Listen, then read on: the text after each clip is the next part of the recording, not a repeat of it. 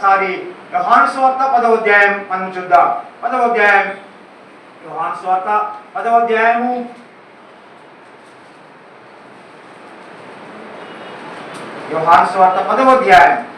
11వ వచనం మనం చూద్దాం. నేను గొర్రెలకు మంచి కాపరిని అని చెప్తున్నాడు. చూసారండి, నేను గొర్రెలకు మంచి కాపరిని. ఎవరు చెప్తున్నారు ఆ మాట? యేసుప్రభువు చెప్తున్నారు. నేను గొర్రెలకు మంచి కాపరిని. మంచి కాపరి తన గొర్రెల కొరకు తన ప్రాణం పెట్టును అంటున్నాడు. మంచి కాపరి యేసుప్రభువు. దేవుడు తన కుమారుడైన యేసుక్రీస్తుని ఒక మంచి కాపరిగా మనకిచ్చాడు. Jesus Christ is good shepherd అని మనం చూస్తున్నాం. యేసుప్రభువు ఒక మంచి కాపరిగా మనకు ఉన్నాడు. ఆయన మన కొరకు ప్రాణం పెట్టినటువంటి కాపరి, మంచి కాపరి యేసుప్రభువు. ఆయన చెప్పిన మాటలు మనం చూస్తున్నాం. మొదటి వచనం చూద్దాం. యోహాను సువార్త 10వ అధ్యాయం మొదటి వచనం. గొర్రెల దొడ్డిలో ద్వారమున ప్రవేశింపక వేరొక మార్గమున ఎక్కువాడు దొంగయు దోచుకుని వాడునై ఉన్నాడు. ద్వారమున ప్రవేశించువాడు గొర్రెల కాపరి. ఇక్కడ యేసుప్రభువు చెప్తున్న మాటలు మనం చూస్తున్నాం. ఈ 10వ అధ్యాయం అంతట్లో కూడా గొర్రెలను గురించి మాట్లాడుతున్నాడు, కాపరిని గురించి మాట్లాడుతున్నాడు. అలాగే గొర్రెల మార్గముల గురించి, దొడ్డులోనికి వెళ్ళే మార్గాన్ని గురించి మాట్లాడుతున్నాడు, ద్వారముల గురించి మాట్లాడుతున్నాడు. గొర్రెలకు ఉండవలసిన లక్షణాల గురించి మాట్లాడుతున్నాడు. గొర్రెల కాపరికి ఉండవలసినటువంటి, మంచి కాపరికి ఉండవలసిన లక్షణాల గురించి మాట్లాడుతున్నాడు. అలాగే గొర్రెల దొడ్డులోనికి దొంగచాటును వచ్చే దొంగల గురించి కూడా ఆయన మాట్లాడుతున్నట్టు మనం చూస్తున్నాం ఇక్కడ. కాబట్టి ఈ 10వ అధ్యాయంలో ప్రభు మాట్లాడుతున్న మాటలు చూడండి. గొర్రెల దొడ్డిలో ద్వారమున ప్రవేశించకుండా, గొర్రెల దొడ్డి ఉంది, ఆ దొడ్డి లోపలికి వెళ్ళడానికి ఒక మార్గము ఉంది. ఉందా లేదా? ఇది ఒక దొడ్డి అనుకోండి, ఇది గొర్రెల దొడ్డి. ఈ గొర్రెల దొడ్డిలో ఎవరున్నాం?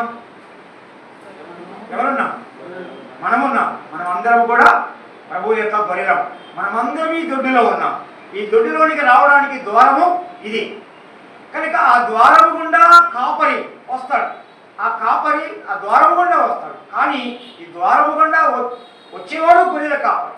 ధైర్యంగా వస్తాడు. ఇది నాది, ఇది నా మంద, ఇది నా గొర్రెలు, నేను వారి కాపరిని అని ఆ కాపరి ధైర్యంగా గొర్రెల ద్వారం గుండా వస్తాడు దొడ్డిలోనికి.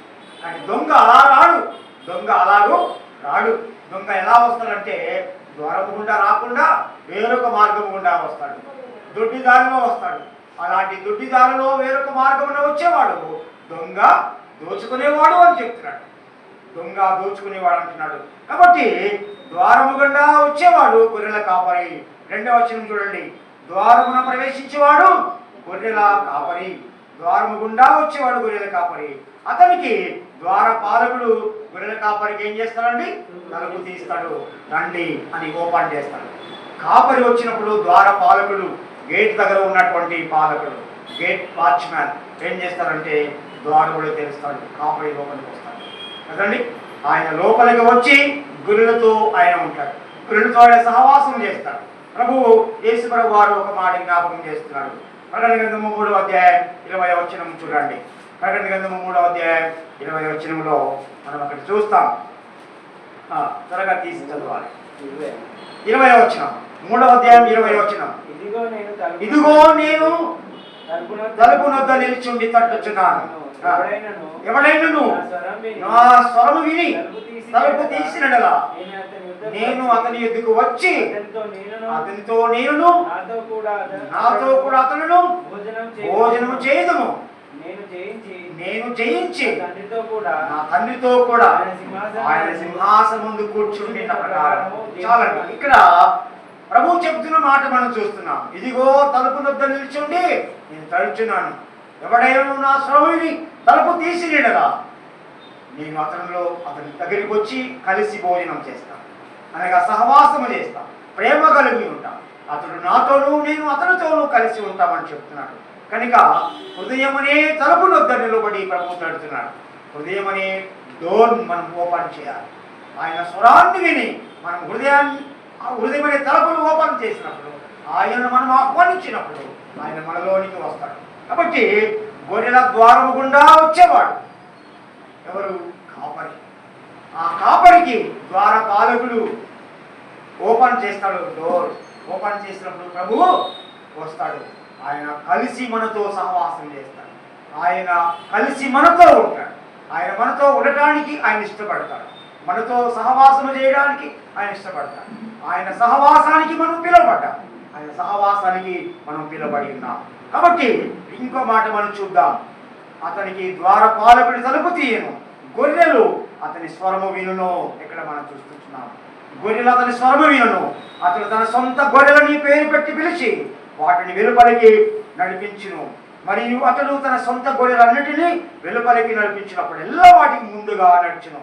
గొర్రెలు అతని స్వరం ఎరుగును గనుక అవి అతనిని వెంబడించును.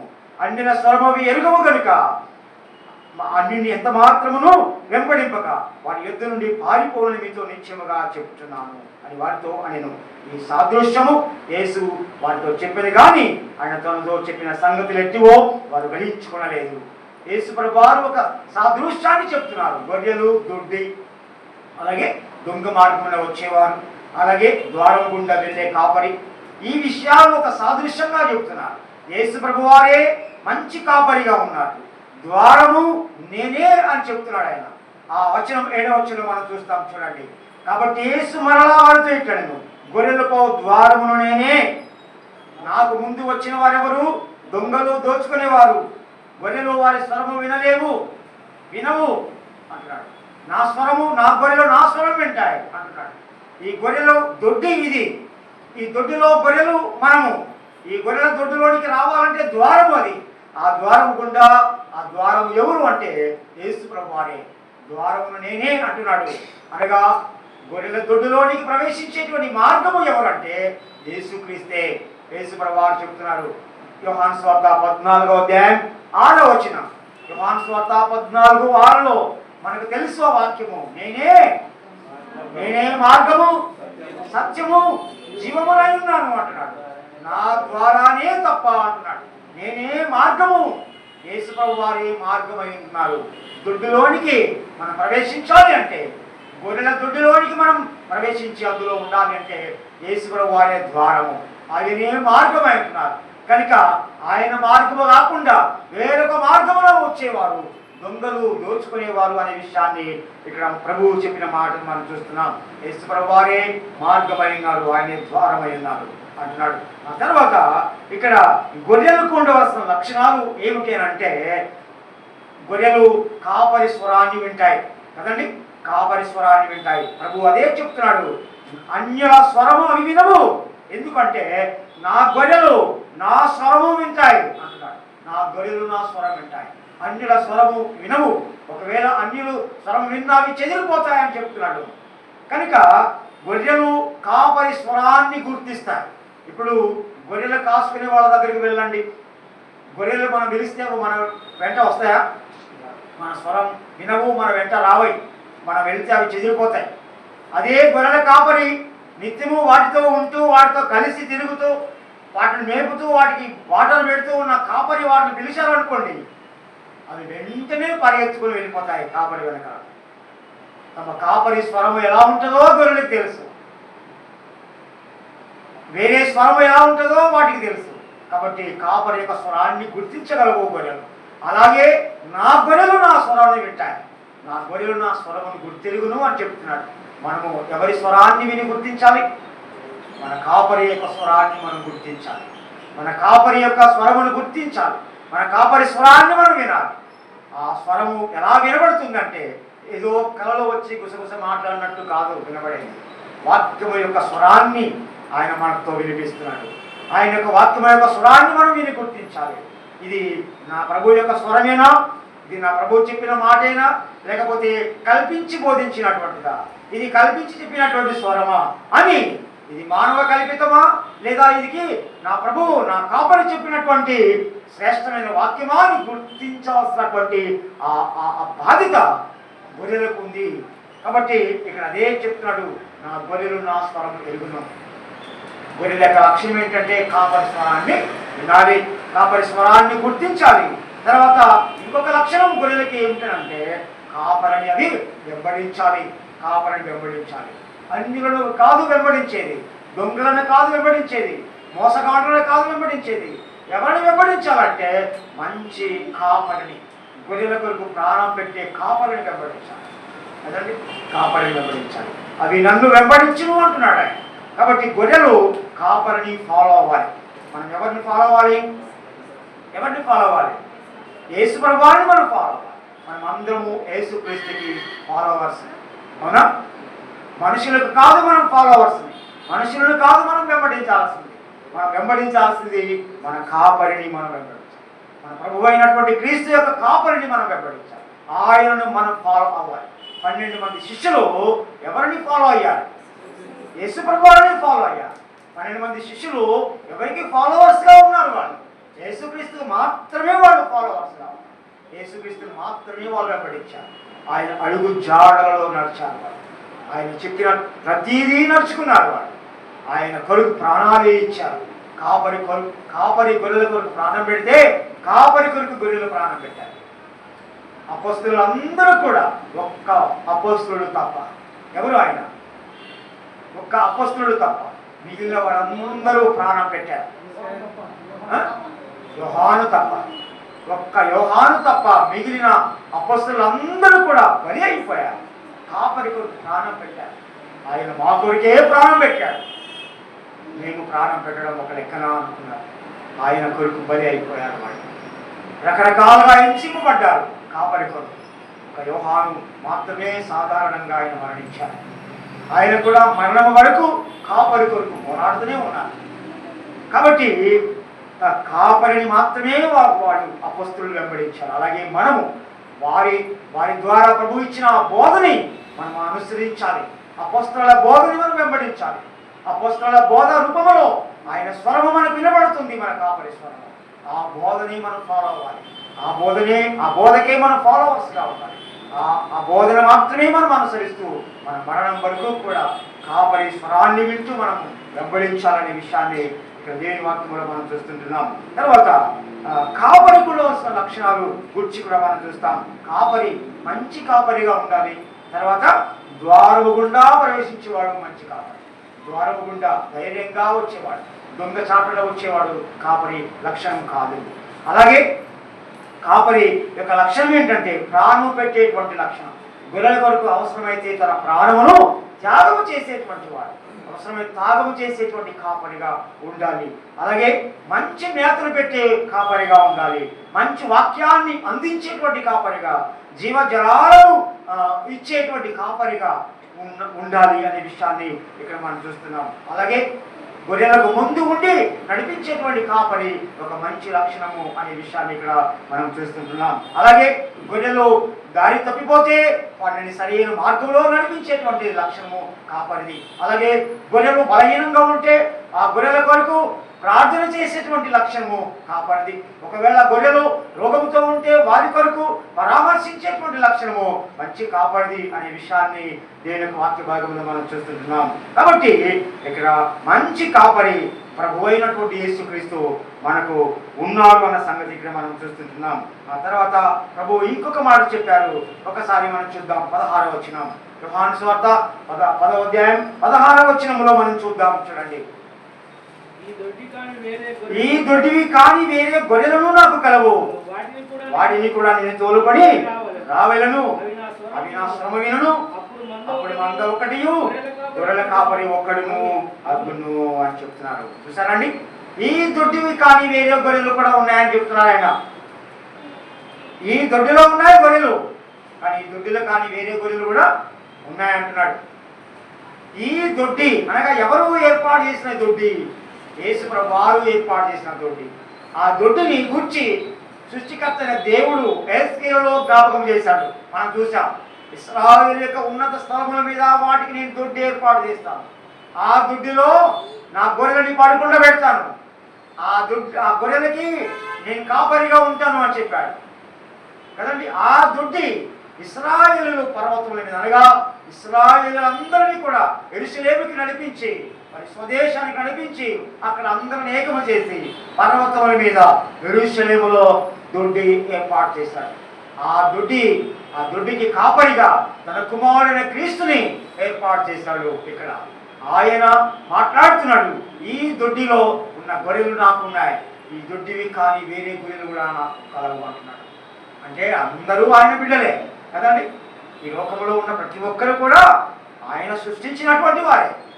అది అన్యులు అవనివ్వండి, దేవుని బిడ్డలు అవనివ్వండి, ఎవరైనా అవనివ్వండి, ఈ లోకంలో ఉన్న ప్రతి మానవుడు కూడా దేవుని పోలికలో నిర్మించబడిన వాడే. కొంతమంది ప్రభువుని అంగీకరించరు, కొంతమంది సృష్టికర్త అయిన దేవుణ్ణి తృణీకరిస్తారు కదండి. తృణీకరించేవారు ఉన్నారు. కానీ దేవుడు అంటున్నాడు ప్రతి మానవాళిని కూడా దేవుడు తన పోలికలో నిర్మించుకున్నాడు. ఈ దొడ్డివి కానీ వేరే గొర్రెలు కూడా నాకున్నాయి, వాటిని కూడా నేను తోడుకొని రావాలి అంటున్నాడు. ఈ దొడ్డి అనగా ప్రభు స్థాపించినటువంటి దొడ్డి, ప్రభు ఏర్పాటు చేసిన దొడ్డి, సృష్టికర్త దేవుడు తన కుమారుడైన క్రీస్తు ద్వారా ఏర్పాటు చేసినటువంటి దొడ్డి అనే సంఘము. ఈ సంఘములో లేదా ఈ దొడ్డిలో తన గొర్రెలు ఉన్నాయి. తన యందు రక్షింపడినటువంటి గొర్రెలైన మనమున్నాం. ఈ ద్వారము ప్రభువే, క్రీస్తే. ఈ దొడ్డివి కానీ వేరే గొర్రెలు ఉన్నాయి, అనగా రక్షణ లేనటువంటి గొర్రెలు ఉన్నాయి, రక్షింపబడని గొర్రెలు ఉన్నాయి, ప్రభు ఎందుకు రాని గొర్రెలు ఉన్నాయి, ప్రభు యొక్క స్వరాన్ని అరగని గొర్రెలు ఉన్నాయి, ప్రభు యొక్క స్వరము కాపరి స్వరాన్ని వినని గొర్రెలు ఉన్నాయి. ఆ గొర్రెలను కూడా నేను తోడుకొని రావాలి. అప్పుడు ఈ మందలోనికి ఆ గొర్రెలని కలిపినప్పుడు మంద ఒకటే అవుతుంది, కాపరి ఒక్కడే అవుతాడు అంటారు. ఒకే మంద అంటే ఒకే దొడ్డి, ఒకే కాపరి, ఒకే సంఘము, ఒకే కాపరి, ఒకే నాయకుడు, ఒకే అధికారి. ఆయనే హెడ్ ఆఫ్ క్రైస్ట్ జీసస్. ఆయనే క్రీస్తు ఈ దొడ్డికి హెడ్. మిగిలిన వారందరినీ కూడా తోడుకొని వచ్చి దొడ్డిలోనికి తోడుకొని రావాలి. అందుకే నేను నా ప్రాణం పెడుతున్నాను అంటున్నాడు. ఆ కింద వచ్చిన చూడండి, ఆ కింద వచ్చిన గొర్రె 17 వచ్చిన నేను దానిని మరలా తీసుకున్నాడు, నా ప్రాణం పెట్టుచున్నాను, ఇందువలనే నా తండ్రి నన్ను ప్రేమించుకున్నాడు. చూసారా? ఆ పై వచ్చిన మనం చదువుకున్నాం. ఈ దొడ్డివి కాని వేరే గొర్రెలు నాకు కలవు, వాటిని కూడా నేను తోడుకొని రావాలను, అవి నా స్వరం వింటాయి. అప్పుడు మంద ఒకటి అవుతుంది, కాపరి ఒకటి అవుతాడు. అందుకనే నేను నా గొర్రెల కొరకు ప్రాణం పెడుతున్నాను, నా ప్రాణం పెడుతున్నాను. నా ప్రాణం పెట్టే అధికారం నాకుంది, తీసుకునే అధికారం నాకు. కాబట్టి నా దేవుడు ఇందువల్ల నన్ను ప్రేమిస్తున్నాడు. నా తండ్రి ఆయన మాట నెరవేర్చడానికి నేను వచ్చాను, నేను ప్రాణం పెడుతున్నాను అంటున్నాడు. గొర్రెల కొరకు ప్రాణం పెట్టి ఆ ప్రాణము ద్వారా, ఆయన రక్తము ద్వారా, ఆయన శిలువ మరణము ద్వారా అందరినీ ఉభయులని ఏకము చేసి అందరి కొరకు ఒకే ఒక దొడ్డిని, అనగా ఒకే గొర్రెల దొడ్డిని, ఒకే సంఘమును ఏర్పాటు చేసి ఆ దొడ్డికి ఆయనే కాపరిగా ఉంటే అందులో తన బిడ్డల్ని ఆయనే మేపుతూ, ఆయనే పాలిస్తూ, ఆయన అధికారిగా ఉంటూ ఆ దొడ్డిలో నుంచి గొర్రెలు బయటికి వెళ్ళినప్పుడు, బయట నుంచి దొడ్డిలోనికి గొర్రెలు వస్తున్నప్పుడు అల్లా కూడా ఆయన గొర్రెలకు ముందు నడుస్తూ ఆ గొర్రెలని ఆయన పోషించేవాడుగా ఉన్నాడు అనే సంగతి ఇక్కడ మనం చూస్తుంటున్నాం. కనుక యేసు ప్రభు వారే మనకు మంచి కాపరిగా ఉన్నారు. ఆయన మంచి కాపరి అని మనం చూస్తున్నాం. తర్వాత ఆయన గొర్రెల గొప్ప కాపరి అని మనం చూస్తున్నాం. హెబ్రీ రాసిన పత్రిక 13వ అధ్యాయం, హెబ్రీ రాసిన పత్రిక 13వ అధ్యాయం 20వ వచనం, 13వ అధ్యాయం 20వ వచనం మనం చూస్తాం. గొర్రెల గొప్ప కాపరి అయిన యేసు మన ప్రభువును నిత్యమైన నిబంధన సంబంధమైన రక్తమును బట్టి మృతులలో నుండి లేపిన సమాధానకర్తయగు దేవుడు యేసుక్రీస్తు ద్వారా తన దృష్టికి అనుకూలమైన దానిని మనలో జరిగించు ప్రతి మంచి విషయంలోనూ తన చిత్త ప్రకారం చేయుటకు మిమ్మల్ని సిద్ధపరచును గాక. యేసుక్రీస్తు గొర్రెల గొప్ప కాపరి అయిన యేసు అంటున్నాడు. గొర్రెలకి గొప్ప కాపరి యేసు ప్రభువు. ఆయన మంచి కాపరి, యోహాను సువార్త 10:11. అలాగే గొప్ప కాపరి హెబ్రీ 13:20. తర్వాత ఆయన ప్రధాన కాపరి, మన ప్రభువు ప్రధాన కాపరి. మొదటి పేతురు పత్రిక 5వ అధ్యాయం, పేతురు రాసిన మొదటి పత్రిక 5వ అధ్యాయంలో మనం చూస్తాం. 4వ వచనం, 5వ అధ్యాయం 4వ వచనంలో మనం చదివినట్లయితే ప్రధాన కాపరి ప్రత్యక్షమైనప్పుడు మీరు వాడబారని మహిమ కిరీటం పొందుదురు. ప్రధాన కాపరి ఆయన ప్రత్యక్షమైనప్పుడు ఆయన రాకడలో మనకు ఆయన వాడబారని మహిమ కిరీటం ఇస్తారు. తన గొర్రెల కొరకు ఆయన వాడబారని మహిమ కిరీటం ఇస్తారు. కాబట్టి మనము ఆయన గొర్రెలము. ఆయన మనల్ని పాలిస్తున్నాడు. ఆయన మనకు ఒక మంచి కాపరిగా ఉన్నాడు, గొప్ప కాపరిగా ఉన్నాడు, ప్రధాన కాపరిగా ఉన్నాడు. ఆ కాపరి స్వరాన్ని మనం గుర్తించాల్సిన వారం, ఆ కాపరిని మనం వెంబడించవలసిన వారం. ఆ కాపరి మనల్ని పాలించేవాడు. ఆయన కాపరి అధికారములో, ఆ కాపరి ఆధ్వర్యములో మనం నడుచుకోవాలి. ఆ కాపరి యొక్క చట్టాన్ని మనం అనుసరించాలి. అంతేకాని గొర్రె చెదిరిపోయింది, ఎందుకు చెదిరిపోయిందో మనకు తెలుసు. ఆ చెదిరిపోయిన గొర్రెని, చెదిరిపోయి ప్రాణభయంతో ఉన్నటువంటి గొర్రెని కాపరి ఏ విధంగా అయితే వెళ్ళి వెతుక్కొని వచ్చి మందులో కలిపాడో, అలాంటి చెదిరిపోకుండా మనము ప్రభు మన కొరకు ఏర్పాటు చేస్తున్నారు. దుడ్డులోనే, ఆయన సహవాసములోనే, ఆయన ప్రేమలోనే, ఆయన చట్ట పరిధిలోనే, ఆయన అధికారములోనే ఆయనే మనం కాపరిగా కలిగి ఉంటూ మనము జీవించాల్సిన వారమైనామని దేవుని వాక్యం ద్వారా మనం చూస్తున్నాం. కాబట్టి యేసుప్రభు వారు ఒక మంచి కాపరిగా మనకున్నాం. ఈ మంచి కాపరి మనల్ని పోషించేవాడు, మనల్ని సంరక్షించేవాడు, మన బాధలను తీర్చేవాడు, మన సమస్యల్ని తొలగించేవాడు, మనకు ఆరోగ్యాలను దయచేసేవాడు, అన్ని సమయాలలో మనల్ని కాపాడేవాడు. మన కాపాడు ఇశ్రాయేలును కాపాడేవాడు ఉలుకడు నిద్రపోడు. ఇది మొదలుకొని నిరంతరము నీ రాకపోకలు ఏందో యెహోవా నిన్ను కాపాడు. మన రాకపోకలలో మనల్ని కాపాడేవాడు, కొనకకుండా మనల్ని కాపాడేవాడు, నిద్రపోకుండా మనల్ని కాపాడేవాడు, మన ప్రయాణాలలో మనల్ని కాపాడేవాడు, మన రాత్రులు కాపాడేవాడు, పగలు కాపాడేవాడు, మన బాధల్లో మనల్ని కాపాడేవాడు. ప్రతి విషయంలో కూడా కంటికి రెప్పలా మనల్ని కాపాడే మన కాపరి మనతో కూడా ఉన్నాడు. ఆయన మనకు తోడుగా ఉన్నాడు. ఆయన మనం అనుసరిస్తూ, మనం ఆయన ఫాలో అవుతూ, ఆయన ఫాలోవర్స్గా లేదా ఆయన శిష్యులముగా, ఆయన బిడ్డలముగా మనము జీవింపబద్ధులమైనామని దేవుని యొక్క వాక్యం ద్వారా మనం చూస్తున్నాం. ఇంతవరకు శ్రద్ధగా విన్నందుకు మీకు అందరికీ హృదయపూర్వకమైన వందనాలు తెలియజేస్తున్నా.